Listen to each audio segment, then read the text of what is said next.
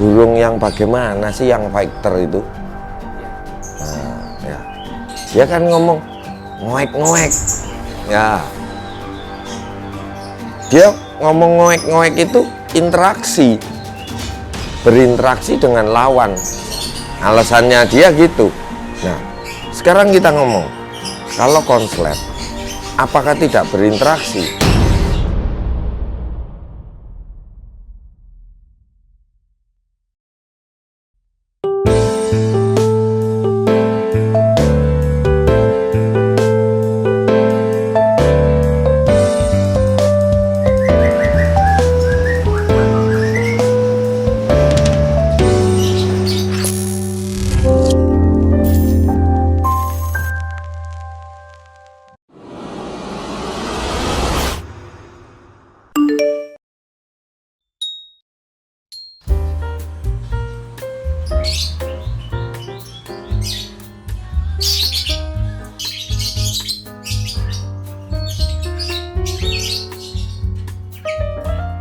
Berinteraksi dengan lawan.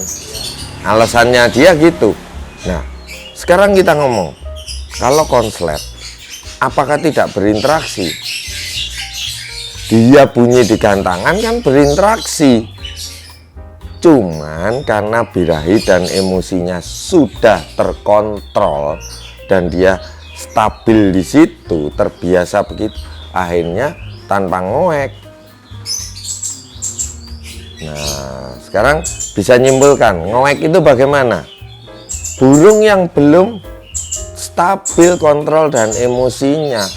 Nah, dibuka kelas fighter yang notabene harus ngoek. Ini peminteran atau pembodohan? Nah, akhirnya apa? Bingung. Karena seperti ini. Tujuannya mau ngangkat kelas fighter. Karena apa? Kelas fighter juaranya ganti-ganti. Belum tentu di A, B, C nanti bisa terus. Oh, jangan salah. Saya yakin nanti siswa kumlot akan memenuhi kelas fighter dan itu stabil. Awas lo. Jangan main-main. Nanti kalau di situ siapkan aja IO-nya untuk juri yang tangguh. Karena di kelas fighter nanti akan dipenuhi dengan burung yang stabil. Bingung lagi kelasnya kan? Nah, itu tadi. Makanya udah bener yang lama dijadikan satu. Yang apa? Bingung karena panitia atau panitia ini bingung cara menilainya ya. Nah, nanti kalau udah masuk kelas fighter nggak ada ngoeknya, jedanya rapat, ini nggak bisa masuk di sini loh, jauh-jauh loh. Kayak saya nih bawa kelas fighter nih katakanlah ke Jogja, ikut kelas fighter, terus nyampe di sana harus didiskualifikasi karena jedanya rapat. Nah, lucu kan? Iya. Nah, mau menuin? Nggak mau. Nah. Nah. Iya. Berarti yang harus dirubah ini EO-nya ini yang merubah sistemnya nanti ketika lompat ini bakalan. Harusnya keinginan saya sendiri pun dengan mengadakan kumlot ini kan apa ya, memberikan knowledge, pengetahuan buat mereka. Ini loh rawatan yang benar. Saya ngomong benar, kalau yang saya ajarkan ini salah, mohon maaf, 600 siswa kumlot pasti akan marah kalau saya salah, ya kan? Itu terbukti mereka jadi semua, banyak yang jadi dibandingkan tidak. Dan di sini saya lihat cuman beberapa anak yang nafsu, nggak pernah nahan karena dia kan pingin jadi. Oh, teman saya udah jadi nih, saya kok nggak jadi apa nih? Nah, nafsu itu kan akhirnya pikiran dia keganggu. Ya, akhirnya pengen cepet. Padahal kalau ngomong soal burung itu kan ngerti burung dalam waktu 5 tahun aja terbilang baru tuh ya. Nah, ya itu kan apa ya, nggak selama itulah anak-anak kalau benar-benar memahami dari kesannya ilmu dasar ini, dasar kumlot ya yang saya kasih ini simpel, terkesan simpel. Tapi kalau dipelajari benar-benar itu penjabarannya luas.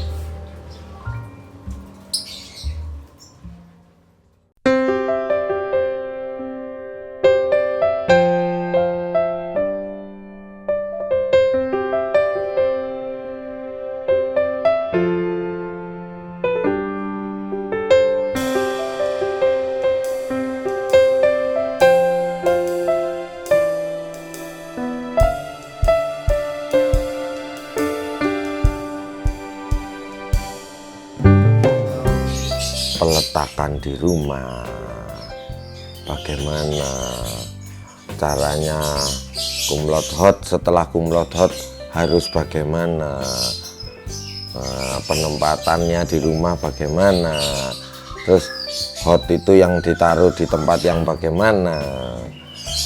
Nah itu kumlot villa itu juga ditaruhnya di tempat yang bagaimana, harus dihindari apa, mereka belum paham banget.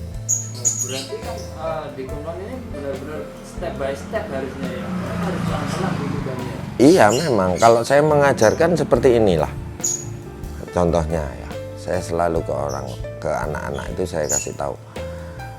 Pernah tahu orang kidal? Dia kalau cebok pakai tangan kiri, dia kalau makan pakai tangan kiri, ya benar ya. Nah ini semua kan kebiasaan, ya kan. Nah setelah dia cebok, terus habis itu dia makan. Nah keselip nih kotoran di dalam dan kemakan. Itu mungkin bagi kita yang sadar jijik. Dia pun setelah sadar dia jijik. Nah untuk merubah ini mudah atau susah?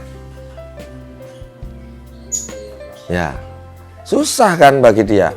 Nah untuk merubah ini dia harus benar-benar semuanya dari apa? Kebiasaan. Yang dulunya kan mereka karena terbiasa rawatan yang salah. Nah, Jika mau dirubah otomatis maunya instan. nah itu burungnya, itu manusianya, ya kan? Untuk burungnya sama. Ingat, burung dikaruniai cuman naluri, tidak punya akal. Nah, siapa yang membiasakan dia benar? Ya kita, itu fungsinya perawat. Nah, itu. Jadi anak-anak di dalam kelas itu dibiasakan, saya biasakan benar. Nah, si burungnya otomatis juga dibiasakan rawat yang benar. Itu. Jadi apa ya sabar gitu loh. Kayak manusia juga kan ada yang karakternya keras, ya kan. Nah, emosinya meledak-ledak. Nah, untuk menjadikan manusia itu tenang, nggak terlalu emosi, bisa nggak dalam waktu seminggu? Nah, ya, itu manusia yang punya akal loh. Ya, itu maksud saya seperti itu. Jadi burung pun kita membiasakan dia terbiasa benar. Itu burung nggak punya akal. Kita yang ngajarin dia, yang bikin lama, ya proses ini. Ya, kalau udah burungnya awalnya sudah mudah dan mudah apa ya, mudah mengikuti aturan ini, rawatan ini, ya dia cepat jadi. Ada yang cuma 3 minggu langsung jadi dikumlot, ada burungnya yang pinter tapi perawatnya belum pinter. Akhirnya saya skip yang burungnya itu, buat satu lagi. Nah, jalan satu lagi, ngalamin kesusahan seperti itu. Begitu dia mengalami kesusahan, dia akan dapat ilmunya lagi.